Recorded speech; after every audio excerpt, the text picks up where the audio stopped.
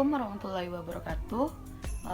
Pada video kali ini saya dan teman-teman kelompok saya akan mempresentasikan materi kami mengenai sejarah masuknya Belanda dan Jepang di Indonesia. Sebelum memasuki pada pembahasannya, perkenalkan dulu, saya Ananda Zora dengan NIM 190260011. Saya Dimas Sira Putri dengan NIM 190260026. Saya Fadila Nurul dengan NIM 1902634. Kenalkan, nama saya Nara Gita Sehari, NIM saya 1902676. Halo, saya Sinarul Bima dengan NIM 190260020. Nama saya Andika Pratamasin, NIM 190260012. Kami dari mahasiswa-mahasiswi Universitas Negeri Padang, jurusan Informasi Perpustakaan dan Kearsipan. Baiklah, kami akan masuk pada pembahasan pada materi kali ini. Semoga videonya bermanfaat dan bisa menambah ilmu pengetahuan teman-teman juga. Jangan lupa di like, komen, dan subscribe. Oke, kita masuk pada materi pertama, yaitu masuknya Belanda ke Indonesia. Pada tahun 1595, awal Belanda masuk ke Indonesia di bawah pimpinan Cornelis de Houtman. Cornelis de Houtman memimpin armada yang terdiri dari 4 buah kapal menuju Nusantara. Pelayaran kapal tersebut menempuh beberapa rute, mulai dari Belanda, Pantai Barat Afrika, Tanjung Harapan, Samudra Hindia, Selat Sunda, dan juga Banten. Pada tanggal 6 Juni 1596, armada kapal tersebut sampai di Sumatera. Dan pada tanggal 22 Juni mendarat di Pelabuhan Banten. Pada tahun 1958, kembali armada Belanda masuk ke Nusantara dipimpin oleh Jacob van Neck dan Warmich dan mendarat di Maluku. Tujuan kedatangan Belanda ke Indonesia adalah untuk berdagang rempah-rempah. Tujuan utama Fock adalah mempertahankan monopolinya terhadap perdagangan rempah-rempah di Nusantara. Tujuan lainnya adalah yang pertama, menghindari persaingan di antara para pedagang Belanda.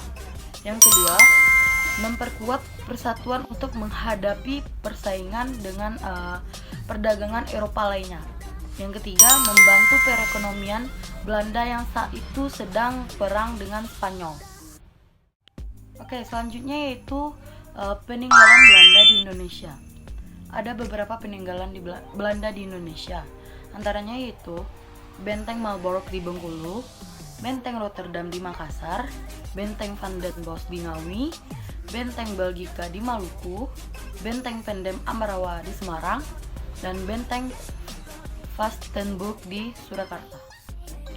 Oke, yang pertama itu ada Benteng Marlborough di Bengkulu. Benteng ini pada dulunya merupakan pusat pemerintahan kolonial Inggris yang menguasai provinsi Bengkulu selama kurang lebih 140 tahun, mulai dari tahun 1685 sampai dengan 1825. Benteng ini juga menjadi tempat pertahanan bangsa Belanda pada tahun 1825 sampai dengan 1942. Oke, yang kedua itu Benteng Rotterdam di Makassar. Benteng Rotterdam ini sering disebut dengan Fort Rotterdam. Terletak di ujung pandang nomor 1 di kota Makassar, Sulawesi Selatan. Benteng ini merupakan peninggalan dari Goa Talo.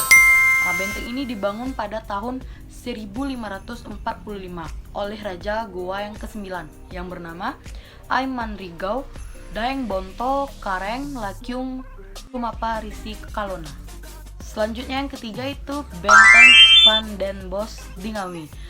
Benteng ini merupakan markas pertahanan Belanda yang berada di Ngawi, dibangun pada tahun 1839 di bawah pimpinan Jenderal Van den Bosch. Yang keempat itu ada Benteng Belgika di Maluku. Benteng ini dibangun untuk menghadapi Belanda yang memiliki gerbang utama yang sangat tinggi, berliku-liku dengan dinding yang langsung berhadapan ke laut, seperti gambar berikut. Yang kelima itu ada Benteng Pendem Ambarawa di Semarang. Benteng ini diperkirakan telah didirikan semenjak tahun 1845. Benteng ini terletak di Kelurahan Lodoyong, Kecamatan Ambarawa, Kabupaten Semarang, di Jawa Tengah. Yang keenam itu ada Benteng Vastenburg di Surakarta. Benteng ini didirikan pada tahun 1745 oleh Jenderal Baron van Imhoff. Benteng ini memiliki tinggi mencapai kurang lebih sampai dengan 6 meter. Dulunya pernah dipakai sebagai pusat garnison. Yang ketujuh yaitu Benteng Van der Wijk Kebumen. Benteng Van der Wijk ini bisa ditemukan di Jawa Tengah. Benteng ini dibangun pada abad ke-18 oleh Belanda. Dulunya ini merupakan sebagai tempat pertahanan dan penyerangan. Selanjutnya yaitu pengaruh Belanda di Indonesia. Dampak penjajahan Belanda di bidang sosial. Nah, dampak penjajahan Belanda di bidang sosial dapat dilihat pada kedudukan para raja dan keluarga istana sebagai penguasa di berbagai kerajaan di Indonesia yang terpaksa berubah menjadi aparat atau pegawai pekerja untuk membantu pemerintah kolonial Belanda.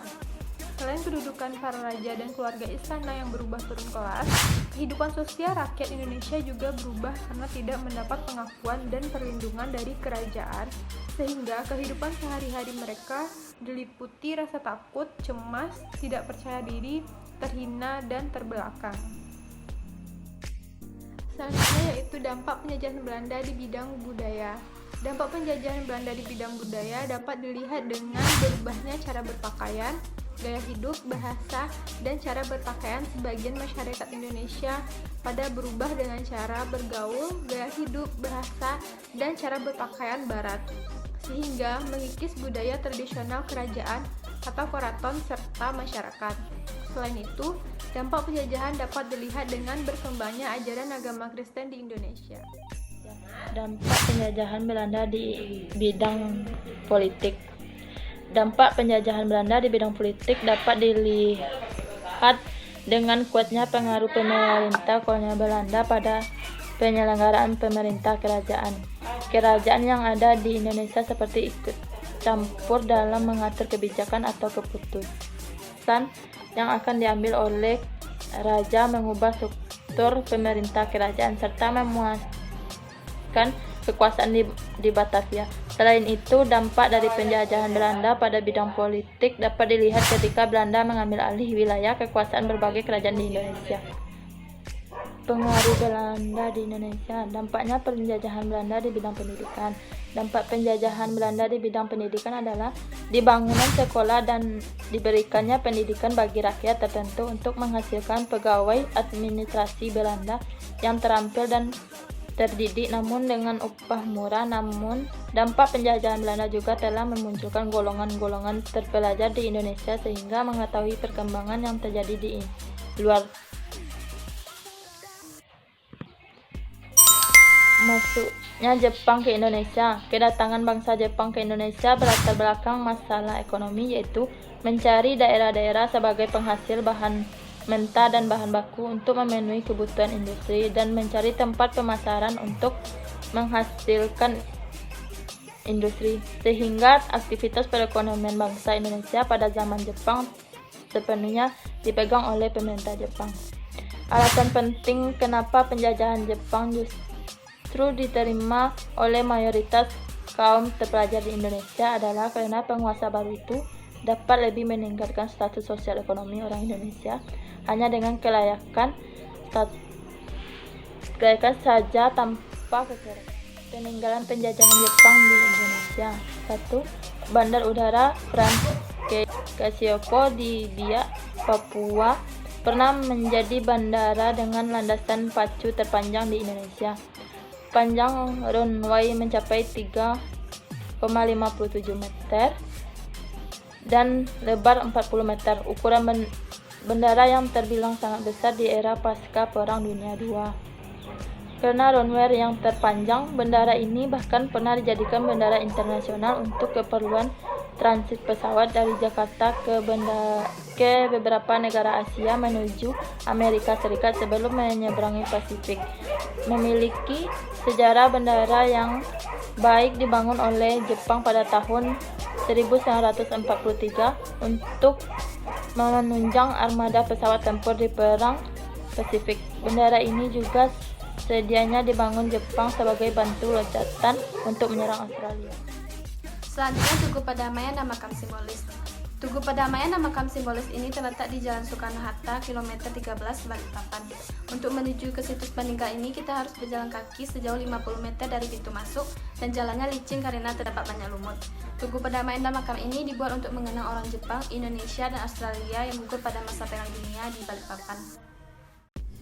Selanjutnya, Meriam Jepang. Meriam Jepang yang jumlahnya ada 2 ini berada di Kampung Baru Ilir, Sidodadi, Balikpapan.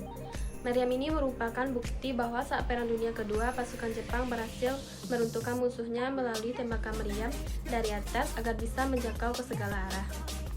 Selanjutnya, Bunker Jepang. Peninggalan Jepang di Indonesia berupa bunker ini berada di barak prajurit Batalion Infanteri atau Yonif 600 Paraida. Terdapat 2 bunker di lokasi tersebut, namun jaraknya sedikit berjauhan.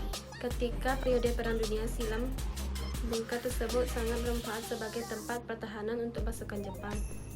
Untuk bunker pertama, bentuknya cukup besar dan suasana di dalamnya terlihat sedikit berantakan, mengingat bunker tersebut sudah lama tidak digunakan. Dan sepertinya para warga dan masyarakat setempat tidak mengurusnya.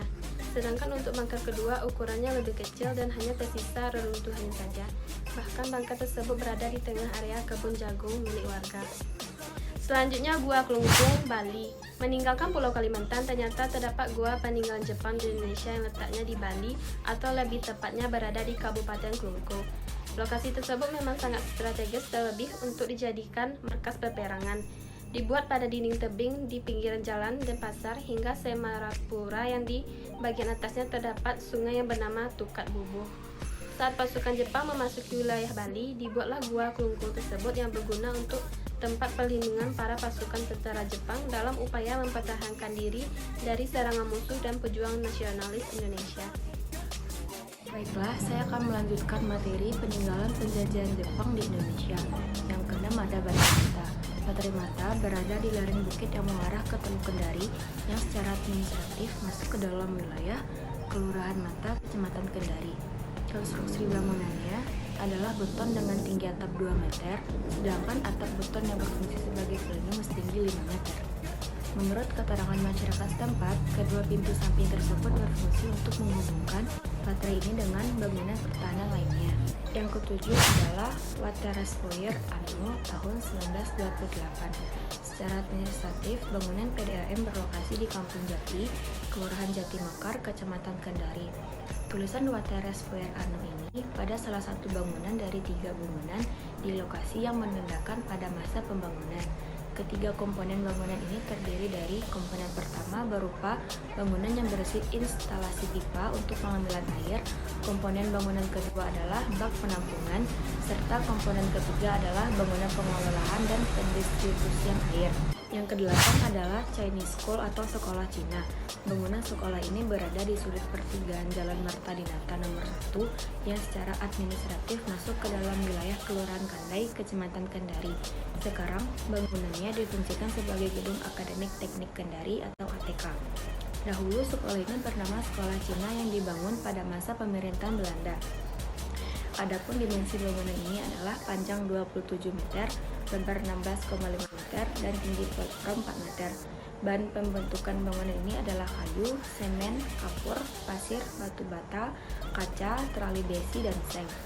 Yang ke-9 adalah Lubang Jepang Bukit Tinggi, merupakan sebuah terowongan atau bunker perlindungan yang dibangun tentara pendudukan Jepang sekitar tahun 1942 untuk kepentingan pertahanan. Sebelumnya, lubang Jepang dibangun untuk sebagai peralatan perang tentara Jepang dengan panjang terowongan yang mencapai 1.400 meter dan berkelok-kelok serta memiliki lebar 2 meter. Sejumlah ruangan khusus terdapat di terowongan ini, diantaranya adalah ruangan pengintai, ruangan penyergapan, penjara, dan gudang senjata.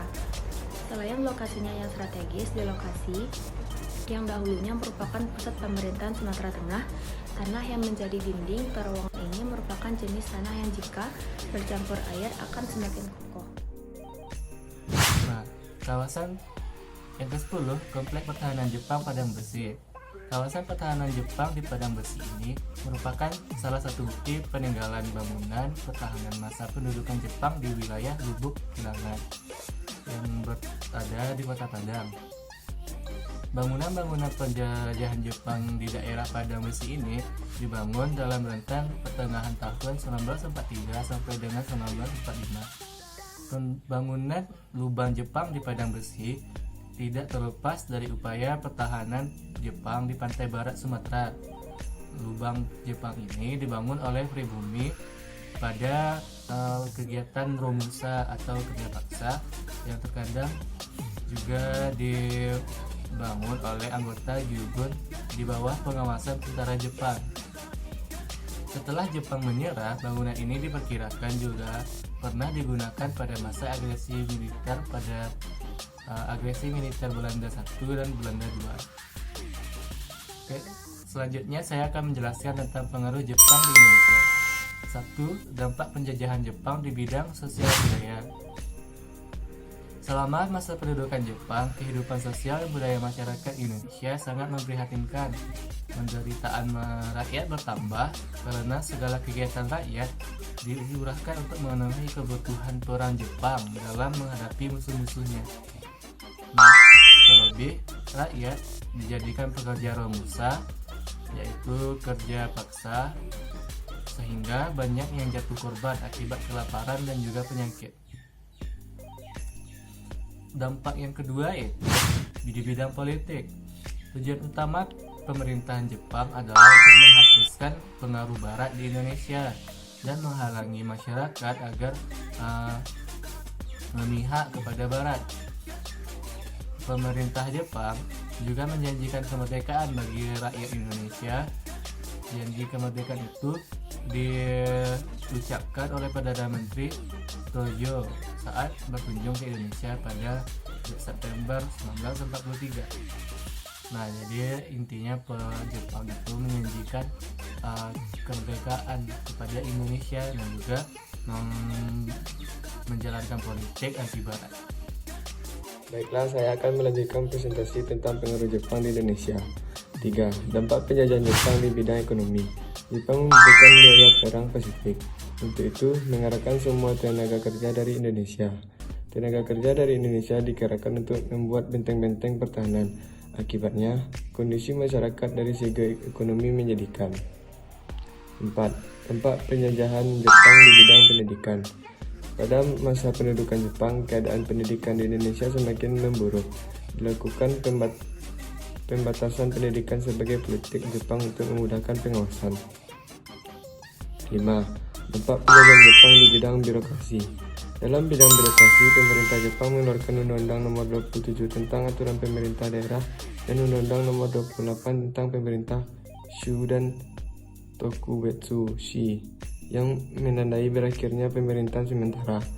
Kedua aturan tersebut adalah pelaksanaan struktur pemerintahan dengan datangnya tenaga sipil dari Jepang di Jawa. Tenaga sipil dari Jepang ditempatkan di Jawa untuk melakukan tujuan di organisasi pemerintah Jepang yang menjadikan Jawa sebagai pusat perbekalan perang di wilayah Sultan. 6. Dampak penjajahan Jepang di bidang militer. Perbedaan antara masa penjajahan sebelumnya dengan masa pendudukan Jepang adalah rakyat Indonesia mendapatkan manfaat pengalaman dan pelatihan militer mencakup dalam bidang ketentaraan, bidang pertahanan, dan bidang keamanan. Oke, mungkin itu sekian presentasi kelompok kami pada video kali ini mengenai materi tadi. Mungkin teman-teman bisa menambah ilmu, menambah wawasan dan pengetahuan juga. Kalau ada salah dan kurang, mohon maaf. Saya dan teman-teman kelompok mengucapkan terima kasih. Assalamualaikum warahmatullahi wabarakatuh.